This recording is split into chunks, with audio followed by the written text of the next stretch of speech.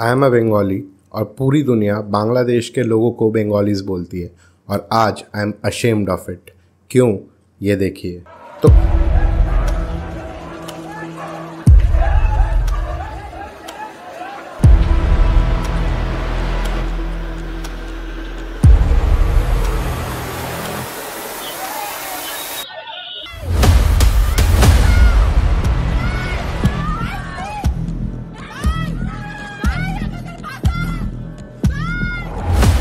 तो कॉन्टेक्स्ट के लिए थोड़ा सा बता दूं, जब इंडिया का इंडिपेंडेंस मिला फ्रॉम द ब्रिटिशर्स तो पार्टीशन हुई थी इंडिया एंड पाकिस्तान। और पाकिस्तान के दो पार्ट्स थे, एक था वेस्ट पाकिस्तान और एक था ईस्ट पाकिस्तान, जो आज के डेट पे बांग्लादेश है। ईस्ट पाकिस्तान में रिसोर्सेज बहुत ही ज़्यादा थी। जिन्ना अभी के पाकिस्तान में रहते थे और वो बांग्लादेश से रिसोर्सेज को चूसते थे और वहाँ डिप्लॉय करते थे, लेकिन इंफ्रास्ट्रक्चर वाइज या डेवलपमेंट वाइज बांग्लादेश में वो लोग एक भी पैसा खर्चा नहीं करते थे। इसके लिए वहाँ पे गरीबी, भुखमरी बहुत ज़्यादा बढ़ गई थी। तो स्टार्ट हुआ बांग्लादेश का फ्रीडम रेवोल्यूशन, जिसमें इंडिया बांग्लादेश को बहुत ज़्यादा सपोर्ट किया। ये फ्रीडम स्ट्रगल में मेन लीड कैरेक्टर थे मुजिबुर रहमान, जिन्हें बोंगो बंधु कहा जाता है, जो एक तरह से फादर ऑफ द नेशन है बांग्लादेश के।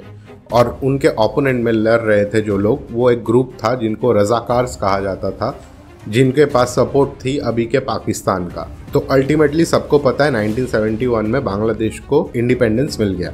मुजिबुर रहमान ने इंडिपेंडेंस के बाद बांग्लादेश का बागडोर संभाला, लेकिन कुछ ही सालों बाद उनकी हत्या कर दी गई, उनकी फैमिली मेम्बर्स को सारे मार दिए गए, लेकिन उनकी दो बेटियां बच गई, जो है शेख हसीना और उनकी बहन। फिर धीरे धीरे वो लोग पॉलिटिक्स में आए एंड प्राइम मिनिस्टर बने बांग्लादेश के। तो ये था back history of Bangladesh independence. तो अब आते हैं मेन मुद्दे पे, जो सूडो स्टूडेंट प्रोटेस्ट हुआ है बांग्लादेश में। तो उनका मुद्दा क्या था कि इंडिपेंडेंस के टाइम से बांग्लादेश गवर्नमेंट ने कुछ कोटा बनाया था जॉब रिजर्वेशन के लिए, जो फ्रीडम फाइटर्स को दिया जाता था। अब वो फ्रीडम फाइटर्स तो रहे नहीं, उनके सेकेंड, थर्ड, फोर्थ जनरेशन आ गए हैं, लेकिन अभी भी वो कोटा सिस्टम चालू है। बीच में बंद हुआ था, फिर कुछ फ्रीडम फाइटर्स के फैमिली वालों ने कोर्ट में पिटीशन दिया तो वो वापस रीइंस्टेट हो गया, बातचीत चल रहा था वगैरह वगैरह। इसी बीच शेख हसीना ने एक स्पीच में भी कहा था कि अगर कोटा फ्रीडम फाइटर्स को नहीं देंगे तो किन को देंगे, रजाकार के फैमिलीज को, जो मुझे लगता है सही भी है। लेकिन आप बोल सकते हैं कि quota system should be based on economic position, ये भी सही है। एंड मुझे बांग्लादेश के कोटा सिस्टम पे कोई टिप्पणी भी नहीं करनी। हमारे देश में भी बहुत कोटा सिस्टम है जिससे हम भी परेशान हैं। तो ये आज के वीडियो का टॉपिक है नहीं, ये मैं आपको सिर्फ कॉन्टेक्स्ट के लिए बता रहा हूँ। तो अब ये स्टूडेंट प्रोटेस्ट चालू हुआ, बहुतों को मारा गया, बहुत लाशें बिछ गई, पूरे बांग्लादेश में हज़ारों लोग मारे गए। इसमें डिप्लोमेटिक टॉक्स की भी कोशिश हुई, पुलिस, आर्मी सब इन्वॉल्व थे एंड स्टूडेंट्स ओवर पावर कर रहे थे ओवर द गवर्नमेंट। यहाँ तक तो सब सही था। अचानक आर्मी ने कहा कि हम स्टूडेंट्स के खिलाफ कोई एक्शन नहीं लेंगे, हम शूट नहीं करेंगे, चाहे तो हम कर्फ्यू लगा देंगे लेकिन हम स्टूडेंट्स पे गोली नहीं चलाएंगे। वो भी बहुत सही चीज़ है, पूरे दुनिया के लोगों ने इस चीज़ को प्रेस किया। लेकिन ये स्टूडेंट प्रोटेस्ट के पीछे का चेहरा अब धीरे धीरे सामने आ रहा है। क्या आ रहा है कि मुजिबुर रहमान, जो father of the nation type के थे, जैसे हमारे गांधी जी हैं, यूएस में लिंकन है, उस लेवल का उनका रेस्पेक्ट एंड स्टेचर था, क्योंकि उनका सैक्रिफाइस था अपने देश को आजाद कराने के लिए। बांग्ला हमारी मातृभाषा नहीं है, बांग्ला है हमारी माँ। But the new nation of Pakistan will have one national language, Urdu. राष्ट्रभाषा बांग्ला चाहिए। लेकिन आज उनके स्टैचू को हथौड़ी से तोड़ा जा रहा है, उनके स्टैचू पे टॉयलेट कर दिया जा रहा है। दिस इज अनग्रेसफुल, डिसरेस्पेक्टफुल, और जिसमें कोई डिग्निटी नहीं है। मुझे नहीं लगता कि दुनिया में कहीं के भी कोई भी स्टूडेंट्स ऐसा चाहेंगे या ऐसा काम करेंगे, अगर वो सही में स्टूडेंट्स है तो। आज शायद हो सकता है मैं नेताजी को सपोर्ट नहीं करूं या गांधी जी को सपोर्ट नहीं करूं, मेरा पॉइंट ऑफ व्यू शायद अलग हो, लेकिन मैं कभी भी गांधी जी के स्टैचू पे जूतों की माला नहीं पहनाऊंगा या कोई भी ऐसे रेस्पेक्टफुल इंसान के स्टैचू पे टॉयलेट नहीं करूंगा या फिर उनको गाली गलौज भी नहीं दूंगा। मैं रेस्पेक्टफुली अपना पॉइंट ऑफ व्यू रख सकता हूँ। ये स्टूडेंट यूनियन के पीछे एक पार्टी है, बीएनपी पार्टी। उन्होंने एक गाना बनाया जिसका लिरिक्स था कि किसी के बाप का देश नहीं है और हमने भी खून बहाया है इस देश के आज़ादी के लिए। দেশটা তোমার বাপের নাকি করছো ছলা গলা কিছু বললেই ধরছো চেপে জনগণের গলা মনে রেখো যুদ্ধ করে রক্ত দিয়ে দেশ পেয়েছি দেশ দেশ দেশ বাঁচাতে রক্ত দিতে রাজি আছি। तो अगर आपने खून बहाया है तो मुजीबुर रहमान ने भी खून बहाया है, तो आप उनके खून पे टॉयलेट कर रहे हैं, आप उनके मेमोरी पे जूते की माला चढ़ा रहे हैं। चलिए ये भी मान लेते हैं उनका इंटरनल मैटर है, हमें नहीं बोलना चाहिए। इसके बाद पीएम शेख हसीना ने रिजाइन कर दिया और उन्हें भागना पड़ा, लिटरली भागना पड़ा, क्योंकि उनका लाइफ थ्रेट था। वो चॉपर से इंडिया आई और वहाँ से यूके गई फॉर पॉलिटिकल रेफ्यूज। उनके पलायन के टाइम पे जो स्यूडो स्टूडेंट प्रोटेस्टर्स थे, जो अपने आप को स्टूडेंट्स बोल रहे हैं, उन्होंने सांसद भवन में घुस के तोड़फोड़ किया, वहाँ बैठ के सिगरेट पी रहे हैं। तो वो लोग बोल रहे हैं कि डेमोक्रेसी वापस आ रही है, शेख हसीना डिक्टेटर थी। तो अगर डेमोक्रेसी में पार्लियामेंट में बैठ के स्टूडेंट सिगरेट पियेंगे तो ये तो बहुत बढ़िया डेमोक्रेसी है। सोक्रेटिस ने शायद यही डेमोक्रेसी का बात किया था। सेकेंडली, वो गए हुए शायद 24 घंटे भी नहीं हुए हैं, वहाँ का जो सबसे बड़ा जेल है वहाँ से 500 कैदी भाग गए, जिसमें से कुछ जाने माने टेररिस्ट थे। अब वो भाग गए या उन्हें भगाया गया मौके का इस्तेमाल करके, वो तो किसी को नहीं पता। दूसरा बात, शेख हसीना ऑलमोस्ट अभी 75 या 78 ईयर्स के एज पे है। उनके घर पे ये प्रोटेस्टर्स घुस गए, चोरी चमारी तो किया ही। आज के टाइम पे कौन से स्टूडेंट्स चोरी चकारी करते पता नहीं। चेयर्स उठा लिए, फ्रिज से सब्जियां निकाल ली, उनके बेड पे लेट गए। चलिए ठीक है, ये भी मान लेते हैं, लेकिन एक भीड़ के सामने एक प्रोटेस्टर्स उनका अंडरगारमेंट ऐसे उठा के पोर्ट्रे कर रहा है। तुम क्या पोर्ट्रे करना चाहते हो भाई? एक 75 साल की औरत का अंडरगारमेंट तुम हजारों के भीड़ के सामने उठा के क्या पोर्ट्रे करना चाहते हो?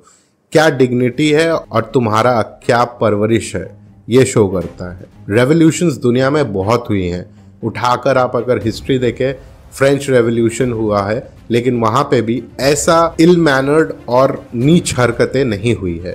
आप अगर इंडियन मैप को देखें, आपको क्लियरली समझ में आएगा। इंडिया के साइड में पाकिस्तान तो पहले से ही इंडिया का एनिमी है ही। ऊपर में चाइना है, इस साइड में म्यांमार था, नीचे श्रीलंका था, अब नया हो गया बांग्लादेश।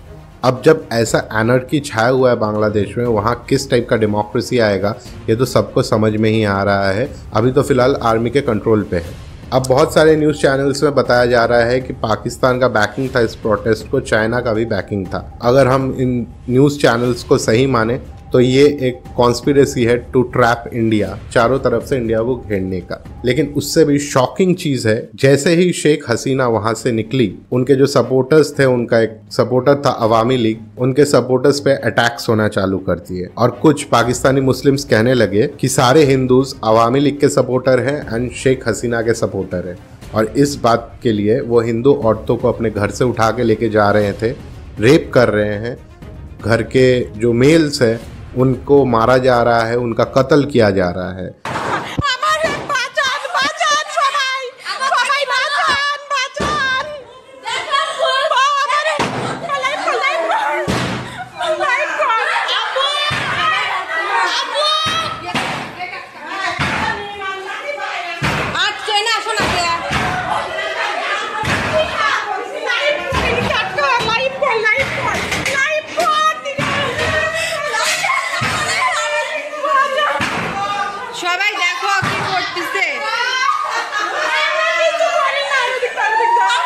एक जगह कुछ मुस्लिम्स ने कहा कि एक हिंदू बिजनेसमैन अवामी लीग सपोर्टर है और उनका एक रेस्टोरेंट था।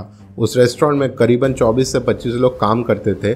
उस रेस्टोरेंट पे आग लगा दिया और वो 24 से 25 लोग उस रेस्टोरेंट के अंदर ही उस टाइम पे काम कर रहे थे और वो सारे जिंदा जल गए। इवन ऐसे शॉकिंग फुटेजेस आ रहे हैं सामने कि हिंदू विमेन के डेड बॉडीज पे गैंग रेप्स हो रही है, डेड बॉडीज पे। तो जो लोग जिंदा है उनका क्या हाल हो रहा होगा आप समझ सकते हैं। ये लोग भूल जा रहे हैं कि इनके बाप दादा मुस्लिम नहीं थे, ये सारे बंगालीज थे, हिंदू बंगालीज। जब पार्टीशन हुआ ये लोग उस साइड चले गए और इन पे ये मज़हब ज़ोर ज़बरदस्ती डाला गया है। तो आज ये बहुत कट्टर मुस्लिम बन रहे हैं, अपने आप को बहुत पाक समझ रहे हैं। ये समझ रहे हैं कि हिंदू औरतों को अगर हम रेप करेंगे तो अल्लाह उनको 72 हूर देंगे। तो मेरा कहना बस इतना है कि क्या अभी भी हम चुप रहेंगे या हम कुछ करेंगे। मैं एक बहुत ही छोटा यूट्यूबर हूँ, मेरे पास सिर्फ 3000 ही सब्सक्राइबर्स हैं, तो मेरे को नहीं लगता है कि मेरा बात उतना सुना जाएगा। लेकिन अगर इस वीडियो पे 1,500-2 हज़ार के ऊपर व्यूज़ आती हैं तो हम एक मार्च अरेंज कर सकते हैं in Calcutta near the Victoria Memorial. हम कमेंट पे ये डिस्कस कर सकते हैं कि एक मार्च, एक हमारे तरफ से सपोर्ट जो भी हम कर पाएँ टू दी बांग्लादेशी हिंदूज़ हम करना चाहेंगे। लेकिन क्योंकि मैं एक छोटा क्रिएटर हूँ, मुझे नहीं लगता मेरा वीडियो कितना चल पाएगा। अगर चल गया तो हम श्योरली करेंगे। और अगर आप लोगों को कोई भी मेरे तरफ से मदद चाहिए तो आप प्लीज़ कमेंट में लिखें, विल डिस्कस ओवर देयर। चाहे तो हम मेल पे या फ़ोन नंबर में अपना शेयर कर दूंगा, वहाँ पे बात कर सकते हैं। और अगर मेरा कोई हिंदू भाई बहन ये वीडियो देख रहा है तो उनके लिए बस मेरा एक ही मैसेज है, जीत की हवस नहीं, किसी पे कोई वश नहीं, क्या जिंदगी है ठोकरों पे मार दो, मौत अंत है नहीं तो मौत से भी क्यों डरे, ये जाके आसमान में दहाड़ दो।